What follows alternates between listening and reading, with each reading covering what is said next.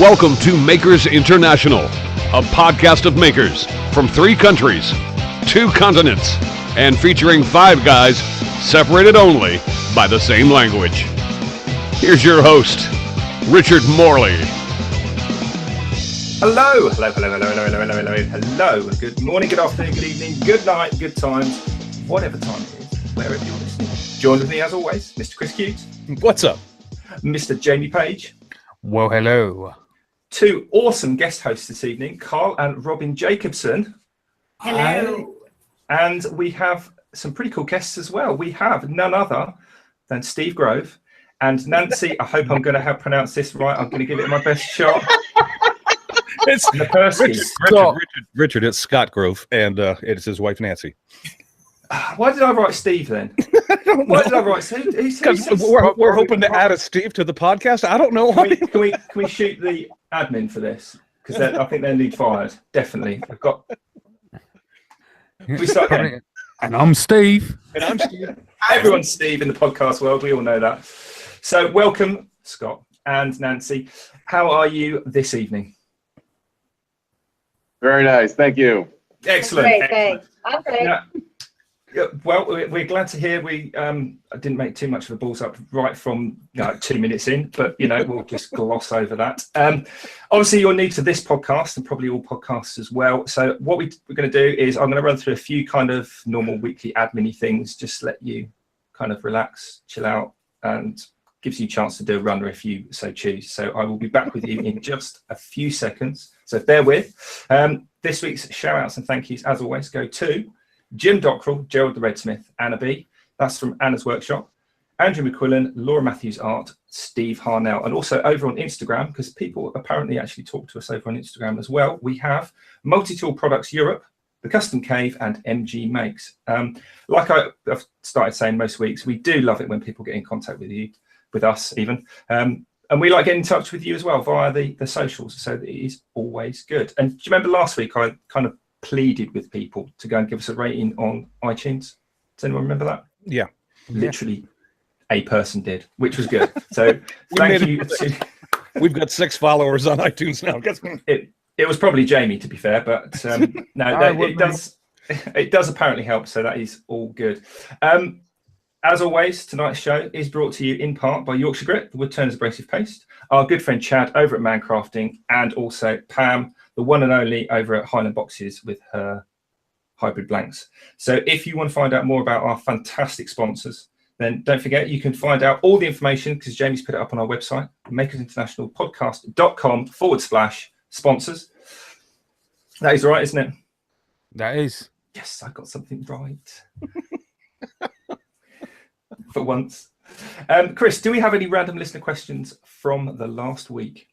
We don't, but I do have a special announcement, because whether you guys are even aware of it or not, I don't know if you are. This is our 2nd anniversary. Today's our 2-year anniversary as far as being a podcast. So, Awesome. yeah. I actually wasn't aware. Yay!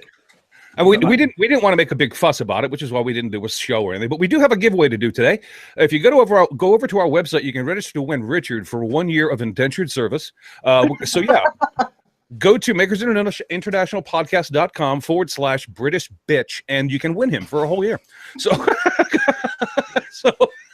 anyway, that's to the extent of our anniversary celebration. So Richard, back to you.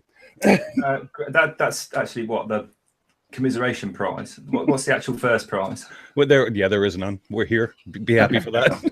I guess we better introduce the main topic then for this evening, and that, of course, is Scott and Nancy. So, Scott and Nancy, come and tell us a little bit about yourselves. What do you do? And tell our listeners. So we want to know all about you. Oh boy, how long is this podcast? Well, Chris is doing the editing, so I'm a full-time artist, woodworker, author, teacher, lecturer, you name it, I do it.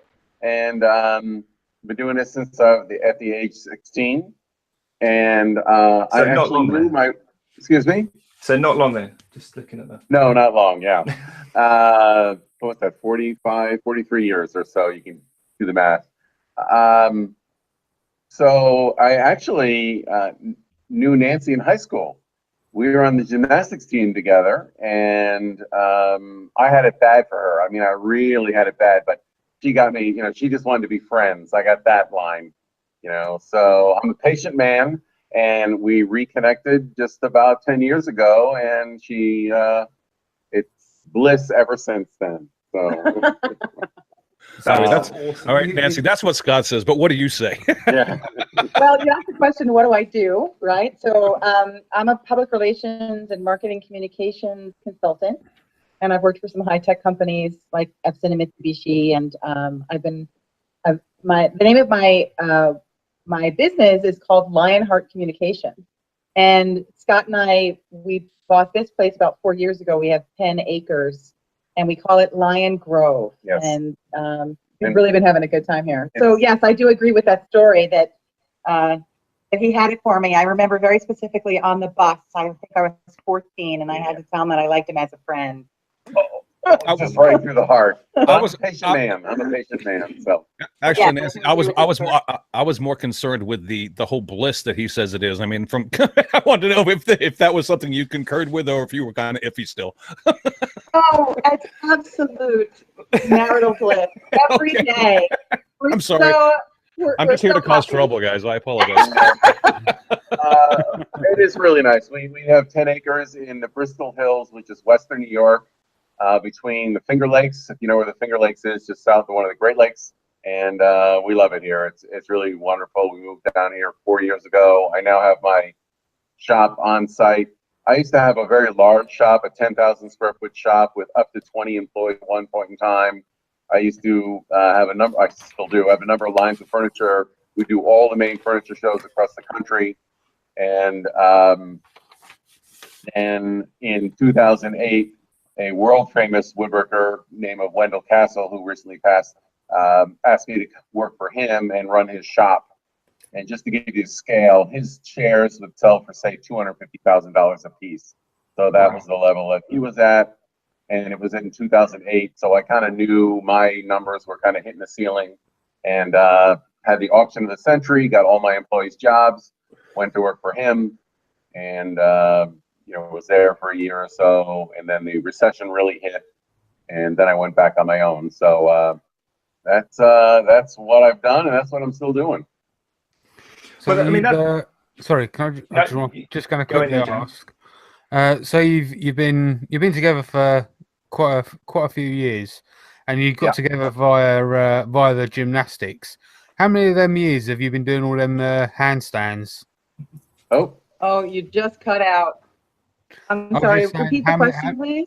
I said you've been together for all them years, and you got together via the gymnastics. How many of them years have you been doing all the handstands?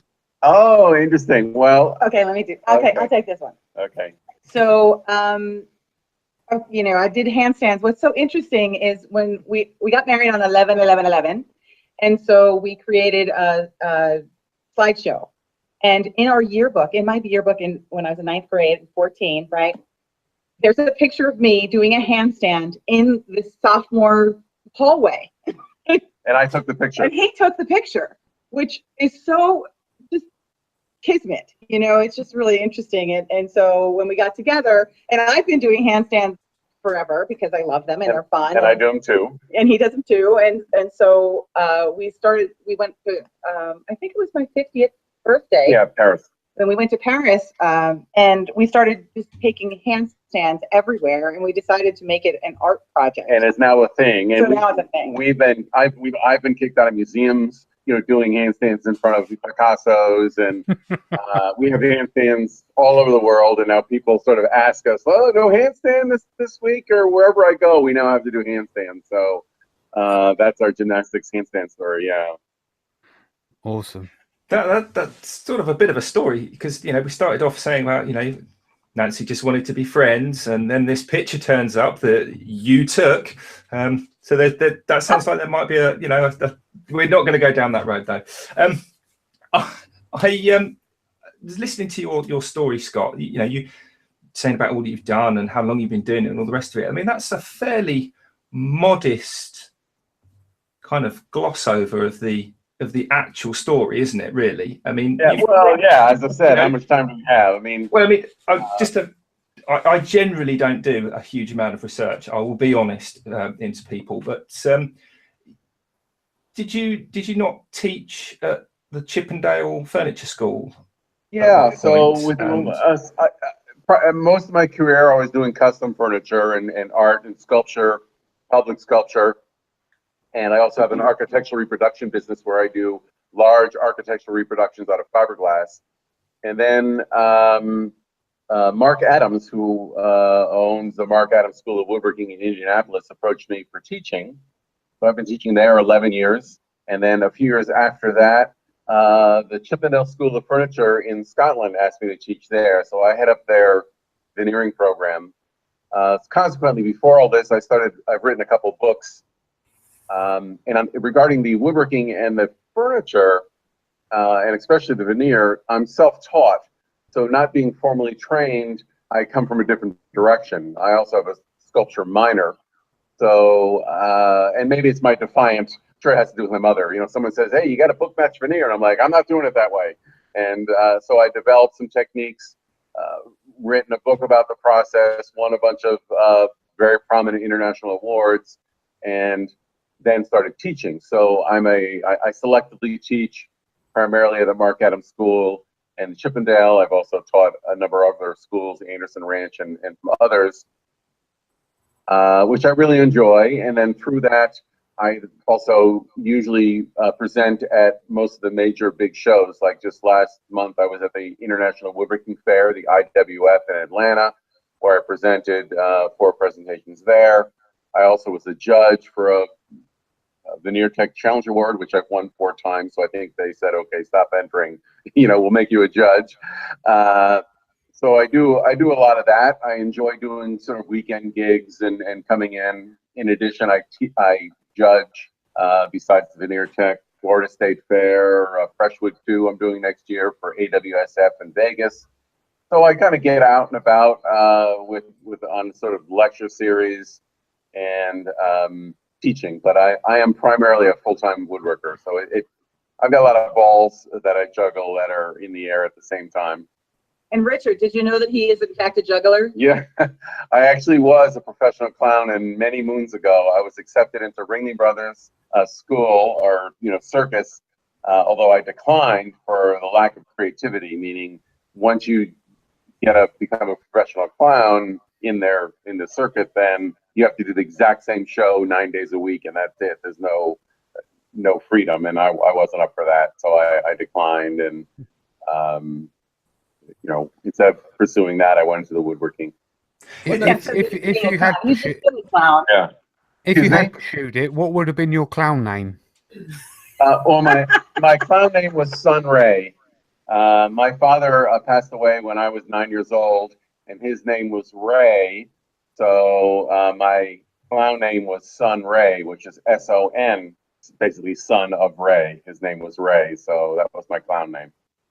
Oh, that's a really interesting kind of. I would say that his clown name is Steve, actually. Yeah. Richard. Yeah. No, that's his clown name. or Bozo. Yeah. I've been called a lot worse, I can assure you. But, it's genuinely interesting that you say about not pursuing the professional clown line because it was the same show over and over and over and over again, and then equate that to the fact that you are, in your own words, a self-taught woodworker, and that you've kind of gone down your own little road, having been an artist. Do you think that, the reason you've had such success with the furniture side, the teaching side, the awards, if you add in the fact that, you were predominantly, I guess, an artist, that then kind of went into woodworking informally, that's helped you be A, creative, and then B, branch out into, the sculptural side, the veneers side, as well as the furniture and where that's taken you? I'm going to actually introduce that concept and just say that Scott is truly a creative genius. And he thinks in ways that, and to your point, Chris, can be a little challenging when you're married to it. And I just came up with this idea that if there was an IQ test for creativity, Scott would truly be off the chart. And just as you're describing what his career has been, he goes in 100 different directions. And actually, in terms of our relationship, part of how I help him is to really bring him down. Ground control. We do have we call ourselves, he's Major Tom and I'm ground control, because he is flying all the time. The other day, we're laying in bed, he says to me, I have too much creativity in my head, and I just need to get it out. And so just to share what it's like to live with Scott Grove. But it's great. I mean, he's amazing. I mean, this is all I've ever done. I am a third-generation artist. I grew up in an artist community. It's just all I've ever known and done. I became a professional artist at 16 and have just done that ever since. So, and I do get excited about everything and anything, and that can be challenging, because I usually have about 10 jobs going on at once. But I think not being formally trained, I come from the craft industry, if you will, from a sculptor artist's perspective, as opposed to being formally trained. So I think that gives me a lot more freedom to try new things. Plus, I'm not afraid to make mistakes. I truly believe nothing's ever learned by doing it right. And there are no mistakes. There are usually opportunities to come up with a creative solution. So I love mistakes. That's awesome. Actually, I'm going to say also, why don't you tell them about when you were doing, in the beginning of your career, when you were doing sculpture and then you turned it into furniture. Okay. So I'm helping. Yeah. This is Steve, the moderator here. This is the other moderator. So I, in my early career, I was doing sculpture, and sculpture is very difficult to sell at moderate size, meaning sculpture that would go in your house, if you will, and even outside. But it's difficult to sell sculpture. People have room for paintings and artwork to go on the wall, but they don't have the floor space. Maybe they don't think about putting sculpture in the garden, or maybe one piece. And then one day I put a piece of glass on one of my sculptures and thought I just, discovered sliced bread, so that made it functional art. And I didn't know about the art furniture movement at the time, which in fact Wendell Castle was the grandfather of, or one of the grandfathers. But I sort of pursued that direction. It was really great. It's now I could do more sculpture. I could do sculpture and make it somewhat functional. That would then justify someone buying it. They could put it in the middle of their living room. It would be a coffee table, but it would aesthetically be very pleasing, as opposed to just being a functional piece of furniture. So that was how I really sort of got into this. And then how did you transfer to wood? Nancy, whose podcast is this? I mean, Nancy, just stop it. Stop it. No, you carry on, Nancy. No. I want to get a word in here edgewise, ma'am. So if you don't mind, Scott, go ahead. Oh, no, that's fine. I was just trying to answer Richard's question. Well, I mean, you're going to make Richard unemployed, and I love the man. So stop it. Anyway, go ahead, Scott. I'm sorry. Okay, I'll stop. Go ahead. Who's got a question? I do. Good, Carl. I was going to run it over to you anyway, because both you and Robin aren't here to be stuck in a corner. What have you got for them? They look like sculptures just sitting there. Yeah, well, that's debatable, but okay, we'll go with that. Right. No, Nancy was talking about Scott's creativity and everything. I just want to say, like, Scott, we were at a wood turning symposium, and Scott asked me if I wanted to do a collab, and I said, sure. I go, what do you want me to do? He goes, make a platter, and I'll take it home and decorate it, right? So he does stuff with the mother pearl inlay and stuff, but I don't know if you've seen it, but I turned like just a simple platter and he was going to decorate it. But that isn't what he did. He took it home, put on a fire suit out in his yard, and shot, 1,000 bottle rockets at it to decorate the platter. So, I mean, it's just like when you're talking about creativity, it's just over the top. It's insane. Awesome. Yeah. It was awesome. I don't know if you is it just on Facebook, or you put it up on YouTube too, right? Yeah, it is on YouTube. They were Roman candles, in fact. So there was something like 780 Roman candles that I strapped. We actually have a sculpture garden here, and we have a 16-foot chair in the backyard that I created, and we tied all these bottle rockets together, lit them off at one time, and shot them all at me, and I used the platter as a shield. Yeah. And most of them hit the shield, but many did not. Right. You can see on my YouTube channel there's a slow motion shot. I was pretty good until the one that hit me in the throat and exploded. You know, I saw the glow underneath my helmet, like, oh, and it really, I had 3 layers of clothing on, but it hurt. His welder's helmet. Yeah, I couldn't see a thing, but it was fun. So yeah, I like to find the line and cross it. Is one of my mottos. Yeah. You got the like Carl just said, you came up with the mother of pearl inlay product, but that's not the only product you come up with, is there? You come up with the ultimate router based tool as well, and I reluctantly bring that up. Everyone knows I appreciate that. Yeah, through my teachings, 2 things have happened. One, sort of this mother of pearl sort of fell into our lap. We had the opportunity to buy out a company that had extra inventory. So we have 1,000 pounds of white powder and 55-gallon drums in our basement. So that takes me back to the 70s. And so with the help of Nancy and my son, we started selling that at easyinlay.com. So that's really taken off. And now we're going to soon be introducing PowerShell. We also have calcite. So it's minerals, natural minerals that are really easy to sand. That's the key, because if you inlay, say, turquoise, that has a Mohs hardness. Mohs hardness is a gem scale from 1 to 10, calc being 1, diamond being 10. Mohs hardness of 6 is pretty hard and doesn't sand at the same rate as wood. So we like Mohs hardness around 3, and that's what that is. And then through my teaching, I teach curved joinery. That's one of the things I do. And with a router, and realize that you have to use template guides. And to offset a router bit to either side of a cutting seam, you need an 1.5-inch template guide, and nobody makes it. I just want to go out and buy it. So for, I don't know, 5-10 years, we were turning them on the lathe and making them ourselves.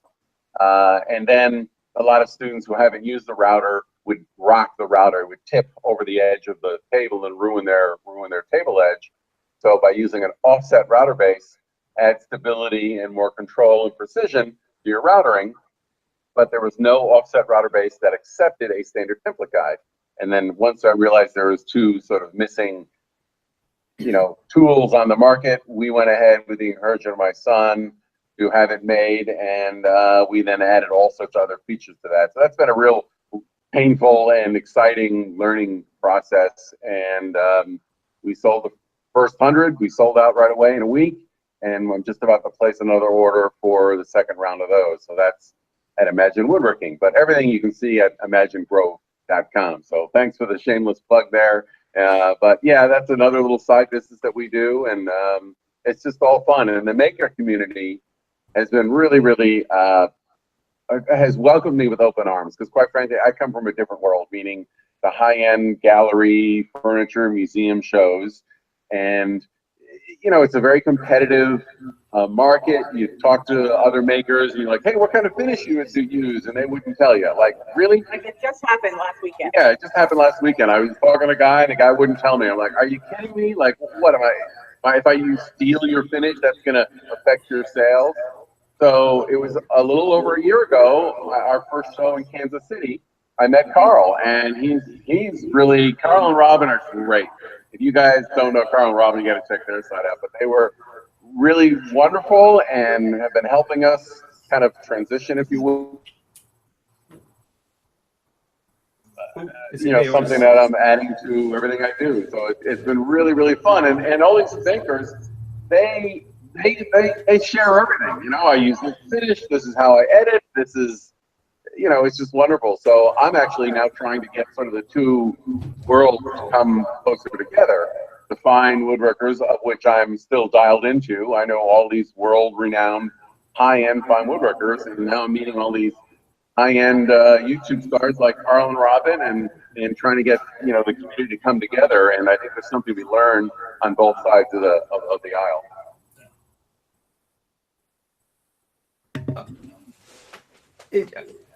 Just taking in what you were saying there about the community being so welcoming.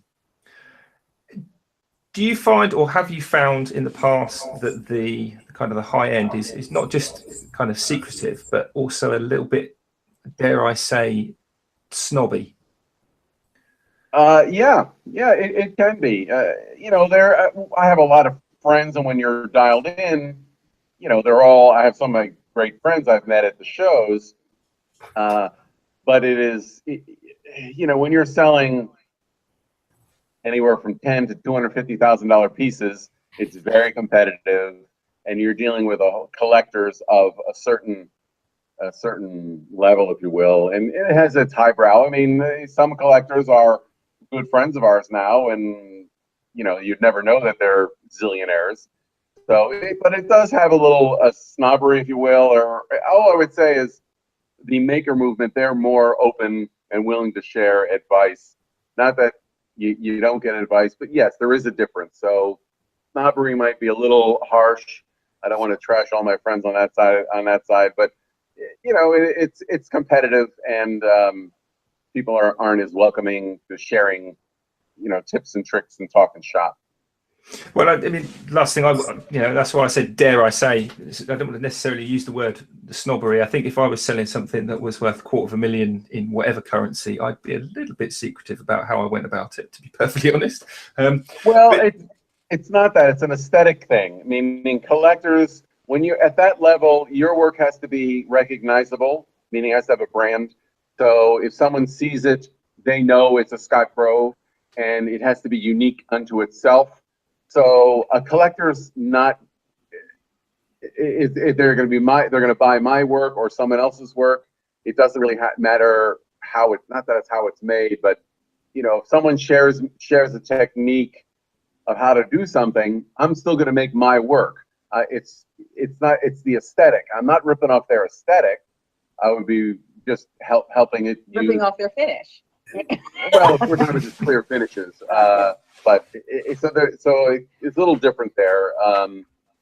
Someone helps me how something's made wouldn't affect their sales, because it's usually either or. It's not that. Even if you guys are using the same finish, it's still your piece or their piece. That is correct.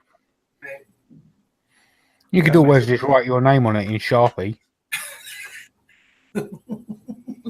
Or a stencil. You could have like a spray stencil on the bottom. Yeah. Stencil with a black spray paint. Yeah. What color black do you use? Make sure it doesn't say Deresto. So with that in mind, how you've already mentioned about Atlanta, and I think that's where you met. Is that where you said you met Carl? Atlanta? No, yeah. We met Carl at AWSF. No, I'm sorry, AAW in Kansas City, and at that show last year, it was also the Furniture Society conference. So I'm a member of the Furniture Society, so they got together.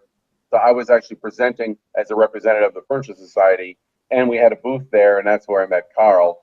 And now it seems that at every show, because he now does the major shows too, so it's just wonderful. I mean, we hang out together, and we have just an absolute blast. I can't say enough. It's my vacation when I get together with those guys. Awesome. They're brothers of another mother. We stole them every night in Atlanta. So it must have been a little bit of a kind of a change of gear, for want of a better expression, to come all the way over to the UK, to Birmingham, and do Maker Central. Well, yes and no. I go there every year. I've been going into Scotland every year, teach at the Chippendale School. And since I started sort of the YouTube thing, one of the things was I've been interviewing. So while I was over there 2 years ago, I interviewed Nick Zametti, who's the promoter of the Maker Central, and he kind of told me about Maker Central, and I said sure. And I'm one to roll the dice, so we just kind of said let's do it. We had no idea what we were expecting, and we turned it with EasyWood Tools. So EasyWood Tools been somewhat helpful with my turning career, which is very limited, and so I demonstrated with them in their booth, and we had a booth right next to theirs where we actually took thumb castings of 40 different YouTubers. I think I got Jamie's on there. I don't know. I got, we'll get the bowl here. So I then took all these thumb castings to do a big collaboration, and it was perfect. I mean, it was sort of my marketing side of me and Nancy's because, for example, we had Bobby Brown, Jimmy DiResta, Bobby Duke, Peter Brown, and once I had their thumb in my silicone, I had them captured for 10 minutes, and I was able to get to meet them, and consequently become friends with them. A couple of months ago, I spent a weekend at Jimmy DiResta's. He lives 3 hours from where I do, and we got together and did a Makers Weekend there, and I presented, and Nick actually flew over, and so I presented this bowl to Nick, and then we did hand castings of all these other people who flew in. Bobby Duke came in, and Paul Jackman. So we took hand castings this time, and we did American Sign Language, and they spelled out maker. So I'll be doing bronze hand castings, and I'll probably give that back to Jimmy. It was really nice, and again, also open arm. First, I mean, the guy, I met him in Maker Central, but he invited me there with a bunch of these guys, and we had a great weekend and just hung out and talked shop, and they helped me with the YouTube and all that, you know, editing issues that I'm having and what have you. So Jimmy was really great, and in fact, I just posted the first teaser or introduction of that interview. So I interviewed Nick about his backstory. That's one of the things. I'm sorry, I interviewed Jimmy, and that is going to be posted next Sunday. But we have a bunch of teasers coming out with all these other YouTubers saying, "Who is Jimmy DiResta?" And Carl contributed to that also. So it's fun meeting everybody, and it's one of the ways I get to meet these guys. Yeah. So what kind of pushed you over to the sort of the YouTube side of it? For, you know, listening to your kind of backstory and the art and the furniture and the teaching and the books and, you know, everything. Why YouTube? Why that kind of almost seems kind of like a back step almost in some ways. Well, I can see how you'd think that. I don't think of it that way at all. I have been on a number of TV shows, HGTV and Woodworking in Action for Popular Woodworking. So I'm comfortable on camera, and being a former clown, I'm comfortable performing.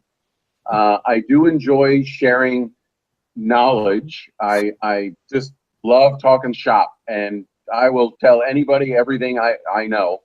So the YouTube is a good way of doing that. So for me, it's a natural extension. I really enjoy it. It's relatively new, and I'm still kind of fumbling through here, but I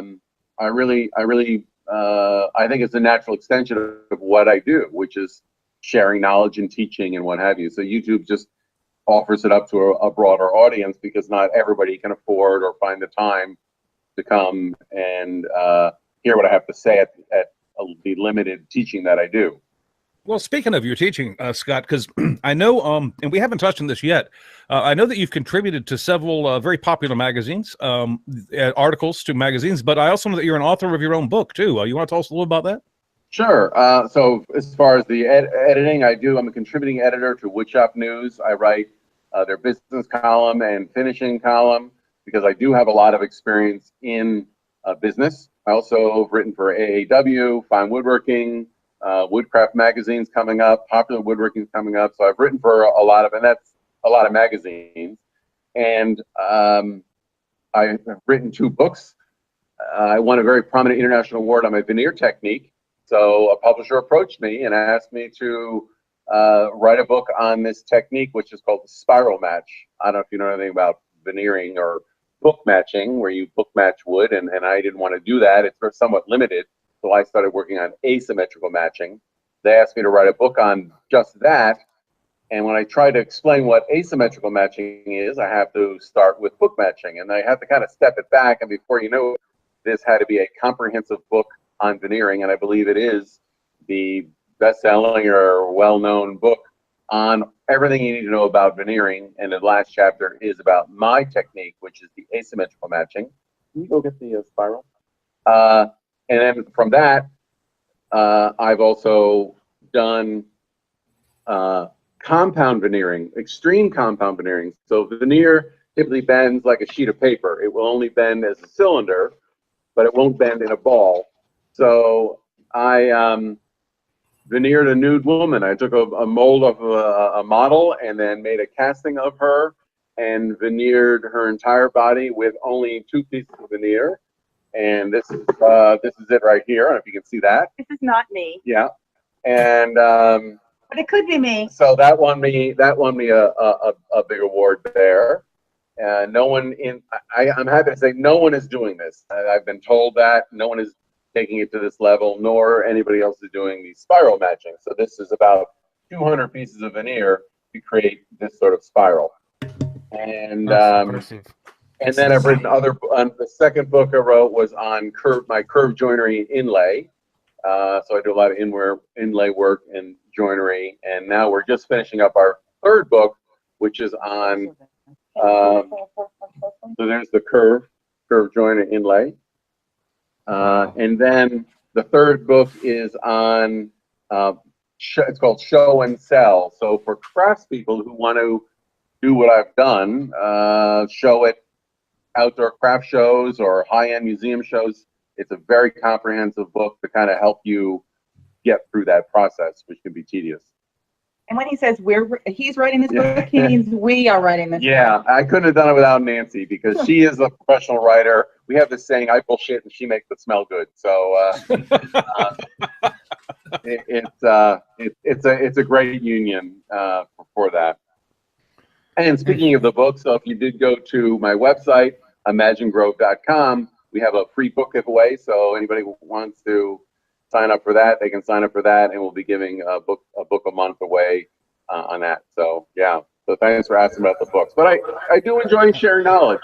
And when I die, if I'm the only guy doing this, that knowledge may be lost. So I think it's important to share knowledge, and it's sort of the apprentice to pass it on to make sure that some of these arts don't get lost.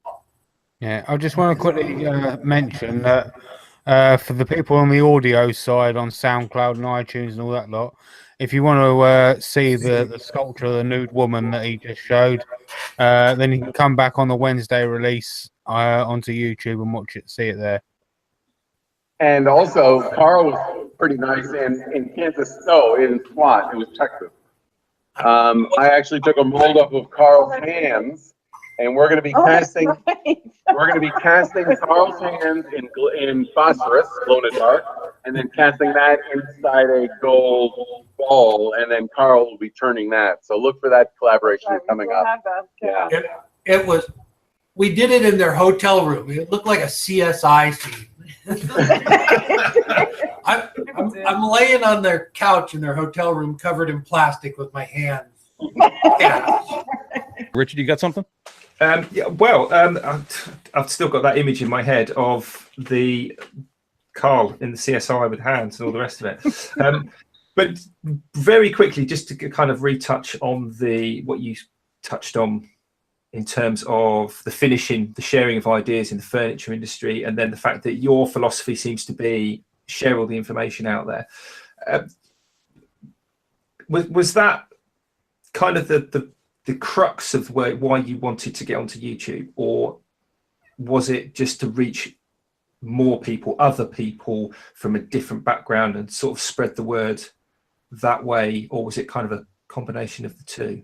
I would say it's a combination. I wanted to sort of record some of this information that so it wouldn't get lost.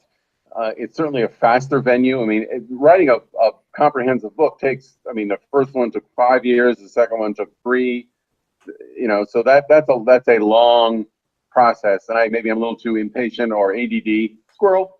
So I like the instant, you can get it right out there. Even editing videos takes a while. So now we're considering doing a live feed, probably Sunday nights at 4:30. It might be a good time slot. Nothing else happening.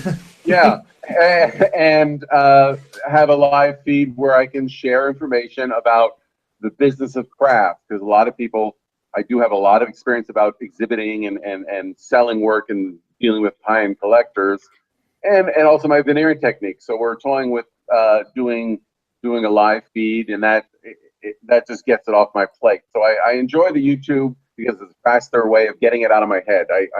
As I said, I have a lot of information in my head, trying to get it out there so it doesn't clutter up all the other things that are going on in my head is good. I mean, obviously YouTube, if it pans out, might be a nice revenue stream. So I am looking for subscribers, and Carl's been helping me with that whole side of the business thing. That's not my motivation. Obviously, if it helps pay a little time, because it does take a lot of time, as you guys know, to produce these videos and podcasts. Oh, the dog! We've got a new listener. Oh. How do I Animal interrupting there, right? You're okay, Carl. Leave it alone. You're fine.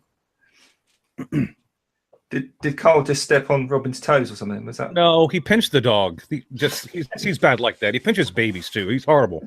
Anyway, goes by? Just to kind of retouch on the YouTube thing, Scott. Not from what you're doing or anything like that, because we can all find that out by going to watch your videos. I, for one, definitely going to be spying out the fireworks and the shield. However, how do you find time for writing articles, writing books, and just doing all the stuff that we've already talked about? Where do you literally find the time to do all that? I just do it all the time. It's life. It is my life. People ask me that, and even Nancy, you know, she kind of called it work, and for me, it's not work. It's what I do. You come to visit, we'll be sitting outside and making something. Stuff. You know, Yeah. people come here and we're constantly making sculpture and what have you. So I just do it all the time. That's all I do. I love it. I think I have the greatest job in the world. It's not a job for me. You know, as Nancy said, it'll be 1 o'clock in the morning and I won't be able to sleep. I'll get up and I'll write an article. So I just. Those are the hardest to edit. Yeah. Once he writes at 2 o'clock in the morning. I just do it all the time. I literally create all the time. It's not work. And it's life. I have, as I said, 10 projects going on at once, large sculptures, commissions that I'm working on. I'm building another edition as we speak. So this time. Yeah, it's just what I do. So I don't know how to answer that question. I do work very fast. I am a very fast worker. I am very good at what I do, and no one can work as fast as I can. There's no question about that. If you work for me, I'm usually, I don't know if I'm yelling at you, but you're not working fast enough. Right. I have some very highly skilled employees that I bring in on large projects who know the dance, and we can dance very quickly and produce a lot of work. Because when you have a production shop, which I did, you have to be competitive and you have to be cost effective. So you really have to think about the production line. So I do think about 10 steps in advance and have everything lined up and know how to do everything. So I'm very good and fast at what I do. That helps. So go, Chris. I said that helps when you're trying to make money. When you're out there trying to put product out the door, you got to kind of be good. You got to kind of be fast. So there's no time for playing around. I mean, even though you're having a good time, and you even say it yourself, you know, you're not really working. In your mind, you're just doing what you do and having fun. But you're doing it in an efficient and cost-saving manner, in which, you know, you're not playing around. You're getting the stuff out the door. Because, you know, until that goes out the door, the money doesn't come back in. And so let's get it done. I totally relate to that. Yeah, there is a difference between the makers who are hobbyists and can spend 1,000 hours working on something, where I'm a professional woodworker. I have to make money. The bottom line and the business side of things is very critical. But the good side of that, or the bad side as far as the makers go, if they're not making, don't worry about the bottom line. They have the opportunity to be more creative and experimental. They can experiment more. Also, that's why I like to teach. When I'm teaching, it's not a commission, so I can experiment. So I use my teaching opportunities, like that's how I veneered the nude. That was just an experiment to see if I could do it. If I screwed it up, it wouldn't matter. Where I'm working on a commission, I can't take risks. I have to get it done, and it has to be perfect. So there's a wonderful balance between sort of my professional career and the teaching and the YouTube, where I can experiment and really push the boundaries. It almost works out to be a kind of a canvas for you, like a sandbox. Yeah. So, and what about yourself, I'm going to mess the name up because I'm just absolutely terrible. Nancy. I was going to say Nancy, and then I bottled it at the last minute. What about you, Nancy? Do you make things, or are you purely a slave to Scott and do all the marketing and that kind of side of it? That's a good question, actually. So I do still have a couple of clients of my own, although the number of them has scaled back a little bit. So I am able to devote more production time to editing, and I'm helping with video editing, and because my expertise is really in the communications of concepts and that kind of thing. So we really do make a great team. And again, Chris, to your point about our relationship, one of the things that is really effective for me and Scott is that we can always work together. We could be in an argument or hate each other guts in the moment and still get stuff done. And that I find is very, it's really exciting that we can connect professionally no matter what else is going on, whether, I'm bitching about the dishes or something like that, which I never do. Well, we were also the kiss of death when I was doing the high-end furniture shows. It was the kiss of death if you were next to us, because Nancy, it's fun. she's worked professional trade shows. She knows how to get the clients in and press. And if it's boring, we would swing dance. Nancy actually is a competitive swing dancer. I mean, I've competed with her also, but we would swing dance. We know how to work a show like no one else, and we do make a great team. And I really do enjoy sales. So when we've been doing some of the wood turning shows, I'm out there with my with my nails and my glitter, and I'm talking about mother of pearl, and I really enjoy the sales process, and it's really easy to share something that's so beautiful and fun to work with. It can make it a really easy sale. So and I just like talking to people. So that's another thing that I do. But I do create. Actually, I make scarves. In fact, I just crochet relatively simply. My mom taught me some needlework as a child, and I've been visiting her a lot. Her health she's 81 now. And so I've been going there a lot, and she just sits there and crochets. So now I'm sitting there and crocheting too, and I will bring over some samples of my work. And she will help me. I mean, it's kind of funny because I work in not just wood, that's what I'm known for, but I have a welding shop. I work in stone, glass. I got everything tool known to man for my larger shop. So she'll be out there with a diamond saw and her nails cutting stone for me. And when we have lots of friends over, she's moral support. She's the bartender and keeps us all fed and liquored up, and we go. But she's not afraid to get her hands dirty, and we're always making something here. So and these are what she makes. So Nancy, that's lovely. That's lovely, and it's your relationship kind of reminds me of Richard and his better half, because she's also into knitting and things of that nature as well. So, and you know what I think really helps, and I don't know this personally because my wife has zero interest in what I do. She likes to look at it when I'm done. I go, "Oh, that's nice, honey," but she doesn't care about how it's done. I think it's really interesting, and it's cool to me to see a couple like you and Nancy, Scott, and then also Richard, and also Robin and Carl, to where your other half gets what you're doing, no matter which half we're talking about. I mean, Carl gets Robin, and Scott, I take it you get Nancy, and Richard gets Kat. I get you. And so I mean, you understand where the other person's mind is, and so it's not a hard relationship in that sense. Mistake. I do not understand where Scott Grove's mind is, except just a few times. But really, like I said, the creativity is there's too much in his head. Yes, I understand, but you have I get it, but you have a maker mind of your own. So it's what he's doing is not completely foreign to you. It's not like he's living on Pluto and you're living on the moon. I mean, you kind of still are in the same universe. But I don't want to go here. Take over. I know exactly what you're trying to say, Chris. And I'm tired of trying to make you make sense. And I'm sorry. Go ahead.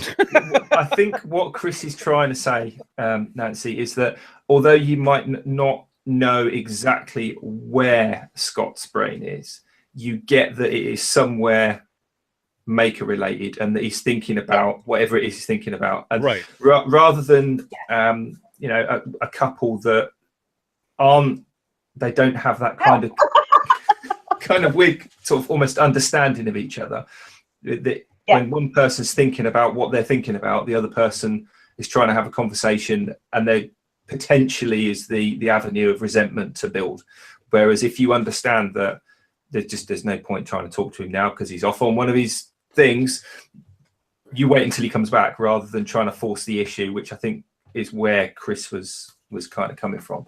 That is true. She'll just, she will just sometimes just let me go. Like, just go do what you need to do and call me if you need help. And I just have to go out to the shop and get something going or get it out of my head, and then pull her into my my windstorm. And to be honest, that's hard for me to relate because that's how I am. Just I don't know of other circumstances or other relationships that are not like that. But also, I do. Scott, how many times with our understanding of making have you gone, asked Nancy a question and she's just gone 4, 5? I'm counting. I get that all the time with Kat when she's counting roads. It's like, oh, back away slowly. I've got another quick question, and again, it's for the visual listeners at the moment. So again, you're gonna have to come over to YouTube to watch us if you want to see what I'm on about. Behind you on the ceiling, it looks like there's a couple of people there. Are they renditions of yourself? I wish.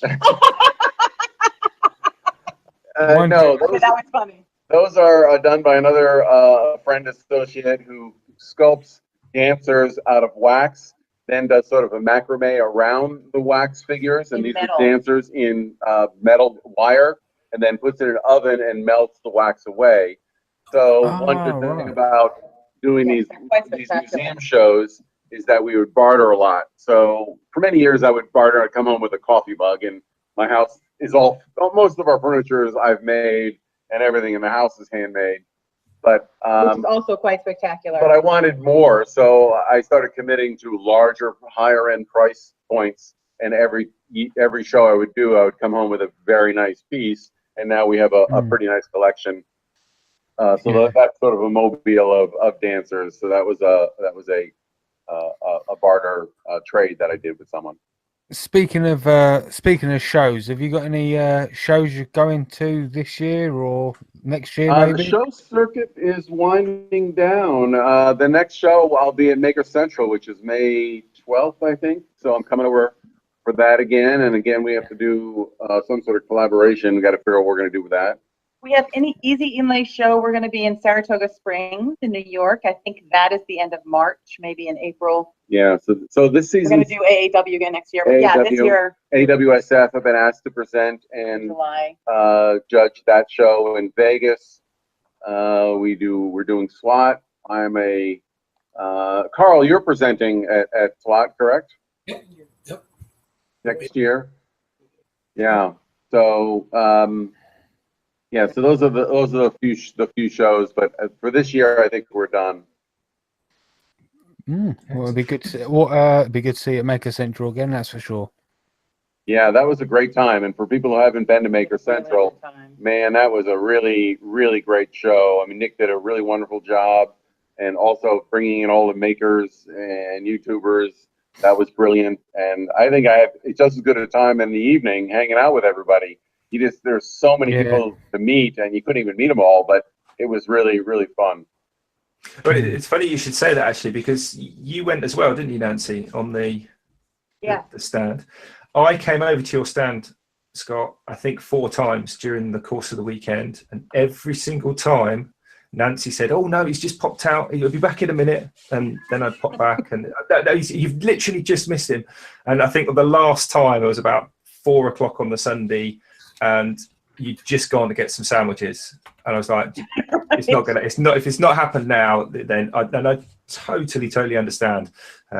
Obviously now understanding your character a lot better. We were nonstop. It was packed, but that was Jamie. Jamie told me to avoid you like the plague, so it's really. It's well, I know he was hanging out a lot on that scroll. Run. That wouldn't be so funny, except it's entirely believable. I totally buy that. Well, Scott and Nancy, it's been awesome having you on with us today. I'm afraid we're just about out of time here. Richard, I think we could probably forego the shout outs today, but Jamie, did you have something for Jamie's page today? Yes, I've got something, and it's Jamie's page. Not Jamie's page. Right. The first one. I will be at Kempton Park Racecourse on the 12th to the 14th of October, doing my first scroll sword demo with Record Power, which is part of the D&M Tool Show. You can also see others. That for the people that's for the not for the visual listeners. You can also see other YouTubers there like John Clothier, Gary Lowe, and you can also see Ben Crow from Crimson Guitars there as well. And the other one which I've got to mention is, of course, Maker Central 2019 at the Birmingham NEC Arena. For more information, go to makercentral.co.uk, not makersinternationalpodcast.com. Because the people were genuinely last year getting confused with that. Yeah, we got mistaken for Maker Central. I feel partly to blame. I feel partly to blame for that. Partly. You're probably 100% to blame for that. Hey, Jimmy, I didn't mean to snore. I think it's wonderful that you're going to be out there doing your thing with Record Power. I really do. Yeah. I'm sorry to make fun of you, but I've easy. definitely got to take some sort of personality with me, because I'll be the first to admit Scroll Sword is boring as hell to watch. Well, I was going to ask, actually, there are going to be some wood turners there, aren't there? Like for something to watch. Like. Yeah. Even Gary Lowe, he's a professional wood turner. Yeah, he's a really nice guy as well. Fantastic. Yeah. Well, Scott, Nancy, is there anything we didn't cover that you want to get out there today before we take off for the afternoon? No, I think we pretty much cover everything. As I said, I'd appreciate any subscribers on my YouTube channel, which is Imagine Grove, or go to my website, which is imaginegrove.com. On that website, I have a free design newsletter that goes out every couple weeks. I also have, again, the book giveaway. So please help me out there. That'd be great. Trying to just build this whole social media thing, and then subscribers help me do that. And go to easyinlay.com to see beautiful mother of pearl. Oh, yeah. Easy to work with. Yeah. And I'll be at Maker Central for the UK folks, and at a bunch of shows here. So, hey, thanks for having me on. And Carl and Robin, I really owe it to you guys a lot. This whole thing, I couldn't have done it without you guys. You guys are awesome. Love that as part of the community now, man. Yeah. It's fantastic. Can't wait for your visit. Yes. Yeah. There genuinely is a reason people call it a community. Yep. Right. Genuinely. Absolutely. I should call it the asylum, really, shouldn't they? Yeah, it doesn't kind of have that welcoming feel so much, though, does it? When the door closes. There are fewer restraints. Let's just put it that way. Probably fewer restraints in the nut house, to be honest. But anyway, so I haven't actually been watching the live chat as it goes, because the iPad battery was dead. So I've no idea, but it does say that 30 people are still watching. So we thank you for that. If you are still watching, if you're not, of course, we'll just say what we like about you. So Scott, Nancy, Carl, Robin, all of you, thank you for coming on. I'm sure we'll stick around for a few minutes afterwards to kind of chat and swing the lantern and all the rest of it. And chances are Kat will want to come in and talk to you, Nancy, about your crocheting. So I think that probably does wrap it all up. So no point in beating around the bush. So if you're listening, thank you. If you're not, we'll say goodbye. So cheerio. Have a great weekend, everyone. Thank you. See you later.